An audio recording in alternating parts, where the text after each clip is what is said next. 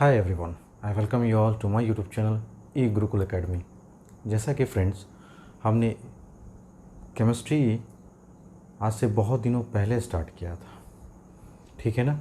और आप लोग को वीडियोस केमिस्ट्री के काफ़ी अच्छे भी लग रहे थे, क्योंकि बहुत बेहतर तरीके से और एक नए अंदाज में पढ़े थे, जो आज तक न कभी किसी ने पढ़ाया था, न कभी आपने कहीं देखा था। आइए, ठीक इसी तरह से आज हम लोग दूसरा जो चैप्टर है आपका 10th का, वो है एसिड, बेस एंड सॉल्ट। ये एक बहुत ही दमदार चैप्टर है दोस्तों, ठीक है ना। और अगर पढ़ाने वाला ढंग का मिल जाए ना, तो इस चैप्टर में मज़ा आएगा आपको। और आप देखेंगे कि मैं कितना बारीकी से आपको, है ना, एक कहानी की तरह मैं एसिड, बेस एंड सॉल्ट शुरू करूँगा और एक कहानी की तरह ही ख़त्म कर दूँगा, है ना। आप हमसे सीखेंगे, है ना, धीरे धीरे मैं आपको सिखाऊंगा, धीरे धीरे, है ना। तो आप लोग एकदम पेशेंस रखिएगा, और जैसे जैसे मैं पढ़ा रहा हूँ ना, अगर आप वैसे वैसे अगर मुझे फॉलो कर रहे हैं तो आपको बहुत मज़ा आने वाला है। तो जो लड़के या लड़कियाँ, है ना, अगर इस चैनल पे पहली बार विज़िट किए हैं तो वो मेरे प्लेलिस्ट में जाएं और पहले वहाँ के बेसिक जो लेक्चर मैंने डाल रखा है, 8 बेसिक लेक्चर है, वो बेसिक लेक्चर को कंठस्थ कर लें, क्योंकि वो बेसिक लेक्चर पूरे 10th केमिस्ट्री का जान है, मैं आपको बता दूं, ठीक है ना। क्योंकि आने वाले समय में मैं आपको जब यूज़ करूंगा ना, तब आपको समझ में आएगा कि वो जो बेसिक जो चैप्टर है केमिस्ट्री का, वो कितना इम्पॉर्टेंट है। उसके बाद मैंने केमिकल रिएक्शन एंड इक्वेशन पढ़ा रखा है, बहुत बेहतर लेवल का पढ़ा रखा है, लेकिन उस पर बेस्ड अभी क्वेश्चन मैंने प्रैक्टिस नहीं करवाया, क्योंकि पिछले साल एग्ज़ाम पोस्टपोन्ड हो गया था, तो पढ़ाने का मन नहीं था और बिजी शेड्यूल होने की वजह से मैं समय नहीं दे पा रहा था। लेकिन अब हमसे हर बच्चा, है ना, जो हमसे नहीं जुड़ा है, चाहे वो ऑफलाइन की बात हो चाहे वो ऑनलाइन की बात हो, है ना, सारे बच्चे हमसे पढ़ सकते हैं, घर बैठे इत्मीनान से पढ़ सकते हैं, ठीक है ना। लेकिन अगर आप चैनल सब्सक्राइब नहीं किए तो आप चैनल को सब्सक्राइब कर ले, जो कि मोस्ट इम्पॉर्टेंट है, और बेल आइकन भी दबा ले। आइए, अब हम लोग थोड़ा सा इंट्रो देखते हैं एसिड के बारे में और समझने की कोशिश करते हैं। जैसा कि आप बोर्ड पे देख रहे होंगे दोस्तों, मैंने कुछ शॉर्टकट में बहुत कुछ लिख रखा है, ठीक है ना, जो मैं ही समझ सकता हूँ कि क्या लिखा है और कैसे आपको समझाना है। ध्यान दीजिएगा। सबसे पहले ये जो वर्ड है ना, एसिड, है ना, ये वैसे सबस्टांसेस के लिए अप्लाइड था जो सावर इन टेस्ट था। सर, एसिड मतलब ही होता था, है ना, कि वैसे सबस्टांस, ठीक है ना, जिसका टेस्ट क्या हो, सावर इन टेस्ट हो।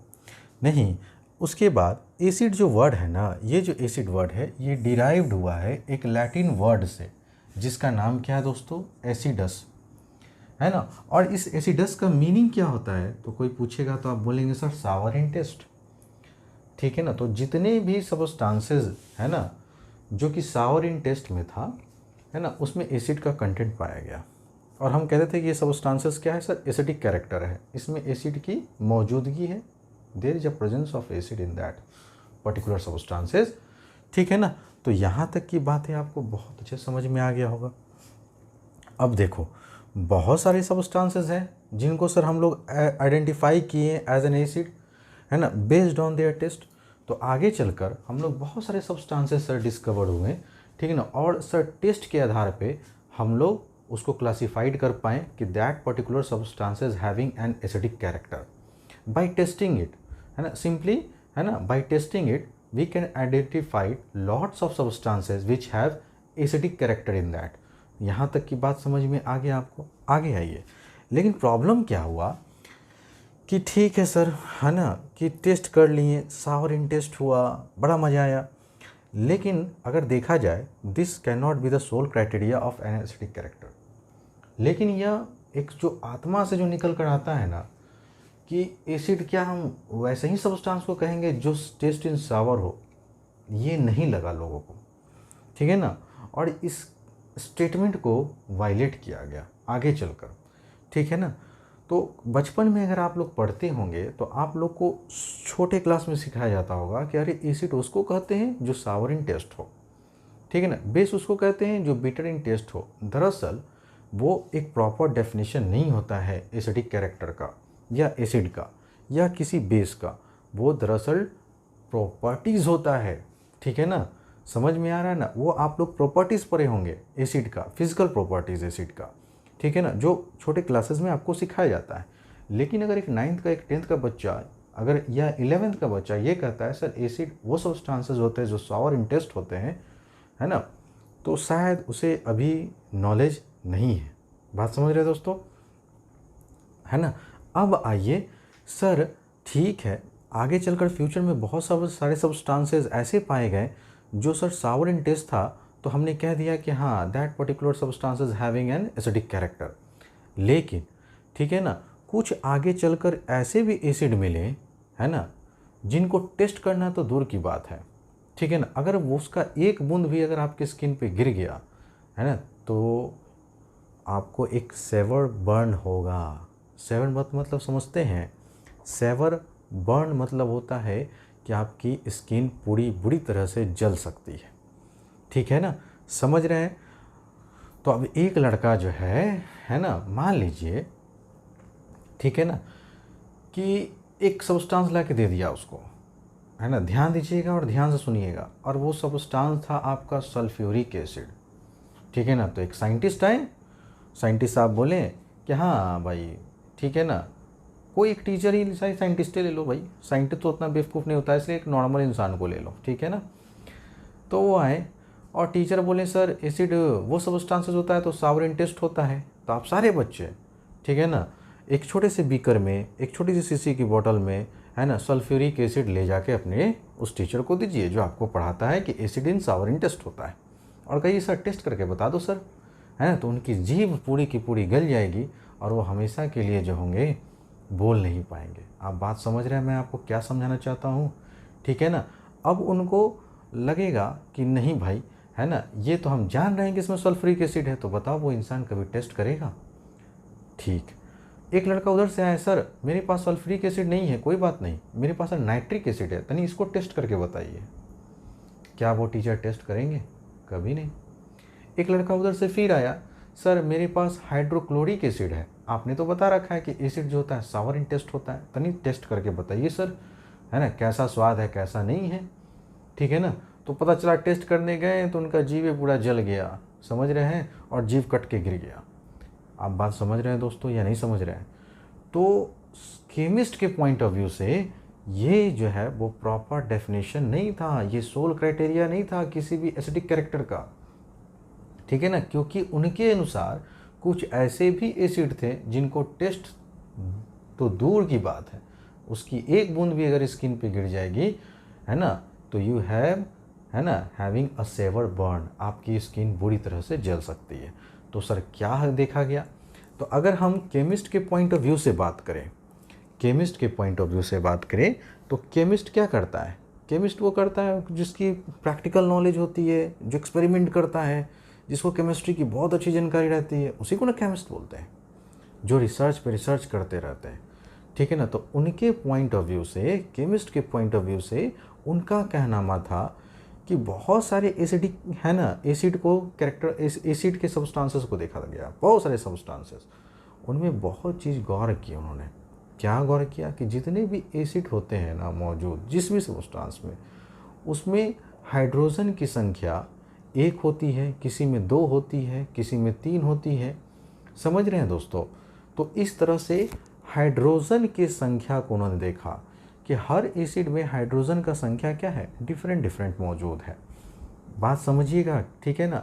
आज चूँकि मैं इंट्रो ले रहा हूँ तो आज के बाद से आपका ये भ्रम मिटा दूंगा, ठीक है ना, ध्यान दीजिएगा, ठीक है।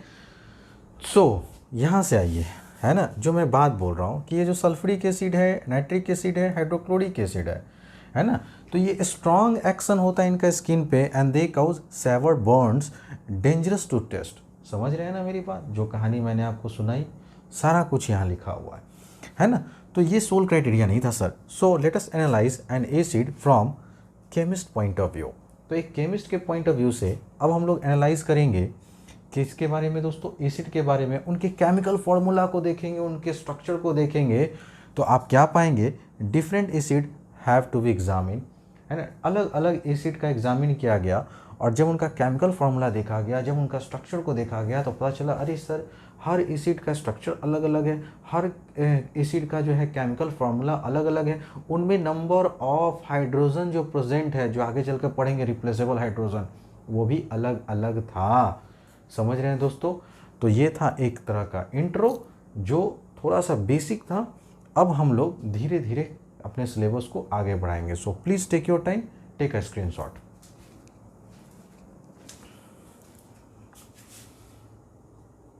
आइए स्टूडेंट, ठीक है, अब हम लोग केमिस्ट के पॉइंट ऑफ व्यू से पढ़ेंगे एसिड के बारे में। कुछ एसिड का मैं एग्जांपल लिख रहा हूँ, ध्यान दीजिएगा। यहाँ पे एग्जांपल लिख रहा हूँ। पहला मैंने लिखा है ना हाइड्रोक्लोरिक एसिड, हाइड्रोक्लोरिक एसिड है ना, जिसका फॉर्मूला होता है दोस्तों HCl, पहला लिखा। दूसरा देखिए सल्फ्यूरिक एसिड है ना, जिसका फार्मूला होता है ना H2SO4। और तीसरा मैंने लिखा नाइट्रिक एसिड, जिसका फार्मूला होता है दोस्तों HNO3। अब जो जो एसिड आ रहा है ना उसको बढ़िया से याद भी करते चलो, ठीक है, ध्यान देना।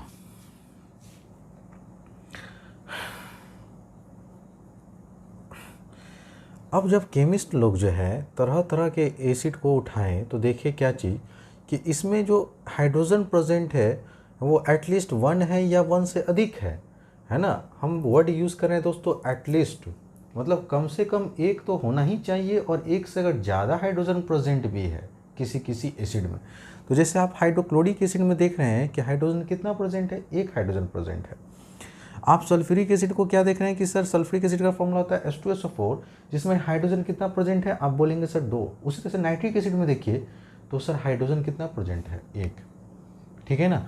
अब साइंटिस्ट क्या किए कि इस एसिड को उठाएं और एक बड़े से बीकर में, है ना, जिसमें क्या था दोस्तों, आप समझ रहे हैं क्या था, ये वाटर था, ठीक है ना। अब इस एसिड को उठा के इसमें पटक दिए, ठीक है ना। जब पटके तो क्या देखें कि ये हाइड्रोजन जो है ये टूट गया H+ एसिड और Cl- में, है ना। तो हमने क्या बोला कि सर जब ये सारे एसिड को उठाएंगे, है ना, एक एक कर कर, एक ही बार नहीं कर रहे हैं दोस्तों, है ना, आप लोग गलत मत समझिएगा, रुक जाइए, इसको हटा ही देता हूँ, पहला ही एग्जाम्पल लेता हूँ। अब इसमें मैंने HCl डाल दिया।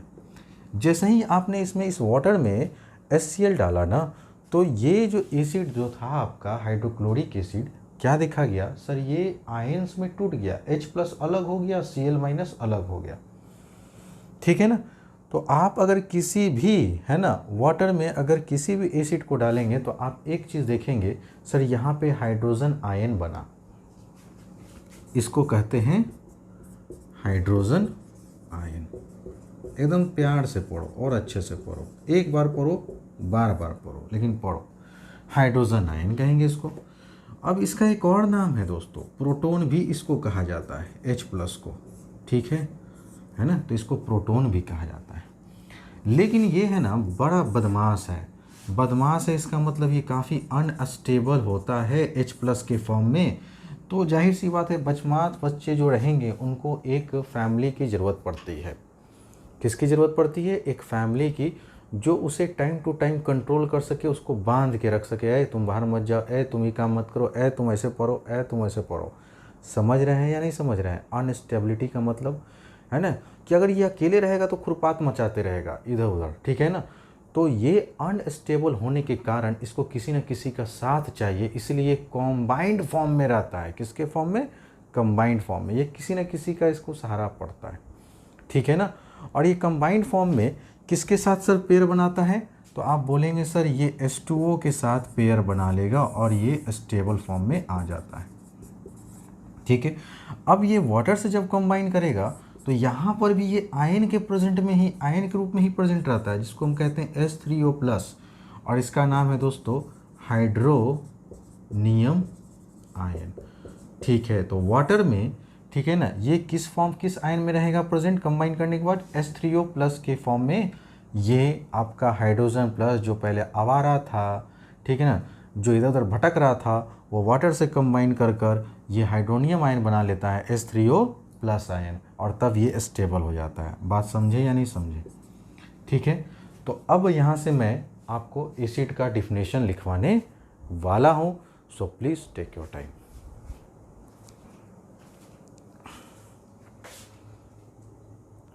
आइए फ्रेंड्स, तो सारे बच्चे अब अपने कॉपी को तैयार रखें, ठीक है ना, है ना। कोई किताब मत पढ़ना, कोई कुछ नहीं पढ़ना, बस एक बार जो है दिल से मन से जो है मेरा कॉपी पढ़ जाओ, उसके बाद बोर्ड में बैठो, है ना, मन खुश हो जाएगा दोस्तों तुम लोग का। एसिड, है ना, आप लोग सारे लोग बच्चे लोग जो है एसिड का डिफिनेशन लिखेंगे, ठीक है ना। And acid is defined as a substance है ना, which देख लेना यार, है ना, इसको हटाओ, substance which release, है ना। अरे क्यों भाई, यहाँ लिखो भाई, है ना, इसको क्यों मिटाएंगे, ठीक है। आप किससे पढ़ रहे हैं आपको मालूम भी तो होना चाहिए, ठीक है। देखो, an acid is defined as a substance which release one or more H+ ions in an aqueous solution, ठीक है। These ions exist as hydronium ions, that is H3O+, ठीक है। तो आज के बाद से अगर आपसे कोई भी पूछेगा कि एसिड को कैसे डिफाइन करते हैं, तो क्या बोलेंगे, सर एसिड वो सबस्टांसेस होते हैं जो रिलीज़ करता है, क्या रिलीज़ करता है, एक या एक से अधिक हाइड्रोजन आयन, किस में, इन एक्वा सॉल्यूशन, ठीक है ना। और ये जो आयन होता है वो किस फॉर्म में एग्जिस्ट करता है दोस्तों, हाइड्रोनियम आयन के फॉर्म में, क्योंकि H+ आयन काफ़ी अनस्टेबल होता है, इसलिए इसको कंबाइन करना पड़ता है वाटर से, और वाटर से कंबाइन करने के बाद ये H3O+ आयन के फॉर्म में स्टेबिलिटी गेन कर लेता है। बात समझे। तो जो सबस्टांस अगर वाटर में किसी एक्वा सॉल्यूशन में डालने के बाद H+ एक ठो दे, H+ आयन 2 ठो दे, H+ आयन 3 ठो दे, तो वो सारे के सारे क्या कहलाएंगे, एसिड कहलाएंगे, ठीक है ना। अब आपको समझ में आ गया होगा कि सर एसिड किसको कहते हैं। एसिड मतलब ये नहीं कि sir sour in test are called acid, अरे पागल हो क्या, ठीक है ना। एसिड क्या होता है सर, वो उसका फिजिकल प्रॉपर्टी है, ठीक है ना। अगर मैं आपसे आपका नाम पूछूंगा तो आप पूरा इधर उधर का बात करेंगे कि आप अपना नाम बताएंगे, समझ रहे हैं ना मेरी बात दोस्तों, कि मैं ऐसा हूँ, मैं वैसा हूँ, मेरी हाइट ये है, मेरी हाइट वो है, मेरा रंग ये है, मेरा रंग वो है, अरे ये सब आपकी फिजिकल प्रॉपर्टीज़ हो गई, ना कि एसिड हुआ।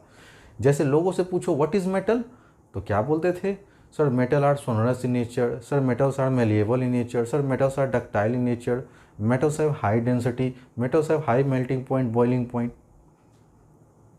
है ना। कहीं आप लोग भी तो इन लोगों में से नहीं थे, है ना। चूँकि आप हमसे पढ़ रहे हैं तो आप जानते हैं कि मेटल किसको कहते हैं, नॉन मेटल किसको कहते हैं।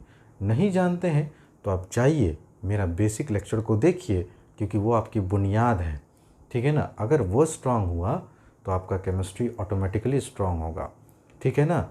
समझ रहे हैं मेरी बात दोस्तों।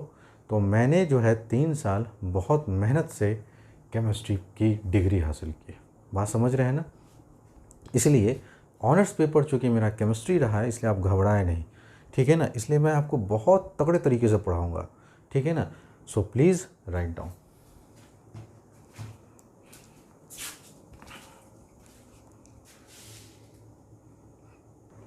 आइए स्टूडेंट, जैसा कि हम लोग एसिड का डिफिनेशन देख चुके हैं ना, अब हम लोग धीरे धीरे कुछ ऐसे एसिड्स के बारे में, है ना, जानेंगे जो आपके डायरेक्ट MCQ में क्वेश्चन पूछे जाते हैं जहाँ से, ठीक है।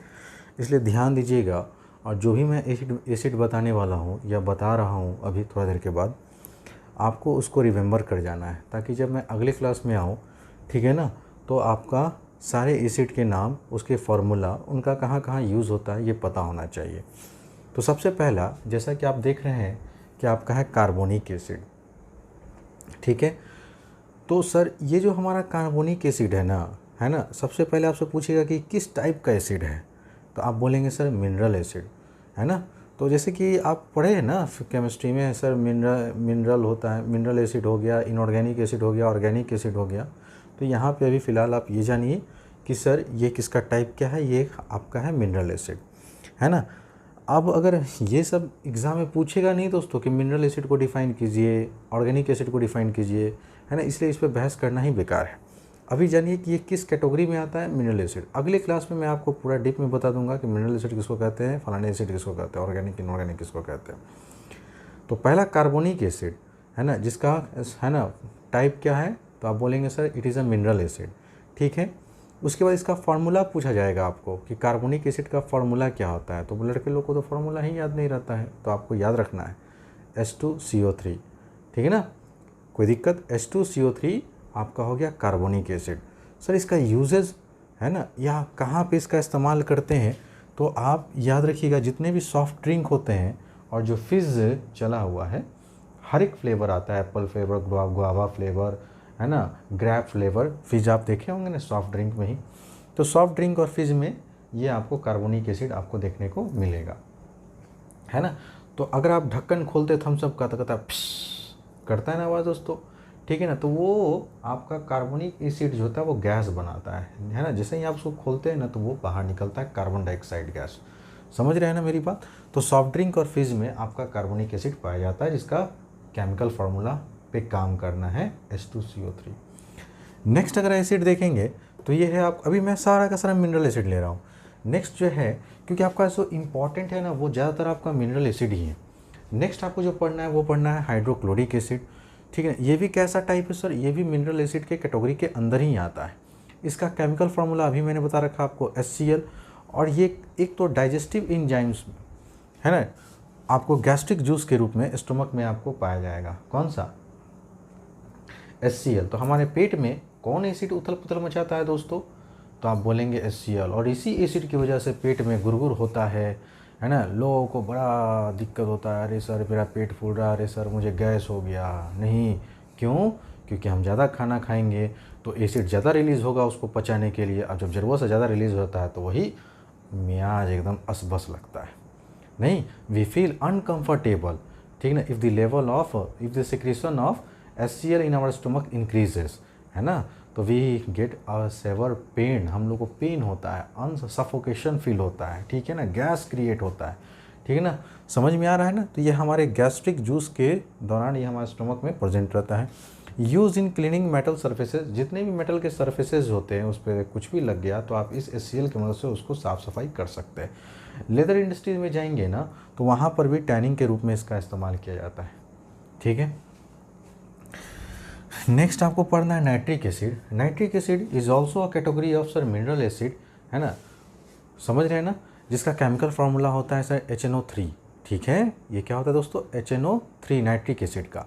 जबकि अगर आप इसका यूजेस देखें तो भाई सबसे खतरनाक लोग हैं, जितना भी आतंकवादी सब है ना, मिलिटेंट, वो सबसे ज़्यादा इसी एसिड का इस्तेमाल करता है दोस्तों। क्यों, क्योंकि बड़ा बड़ा बम बनाना रहता है, डायनामाइट बनाना रहता है, ठीक है, एक्सप्लोसिव बनाना रहता है, TNT में इसका इस्तेमाल करते हैं। देखो, use in the manufacture of explosive, bomb बारूद बनाने में, ठीक है ना, लाइक TNT हो गया। फिर फर्टिलाइजर्स लाइक अमोनियम नाइट्रेट, तो हम लोग अमोनियम नाइट्रेट नाम का एक फर्टिलाइजर्स में भी इसका इस्तेमाल करते हैं बनाने में, किसका, HCl का।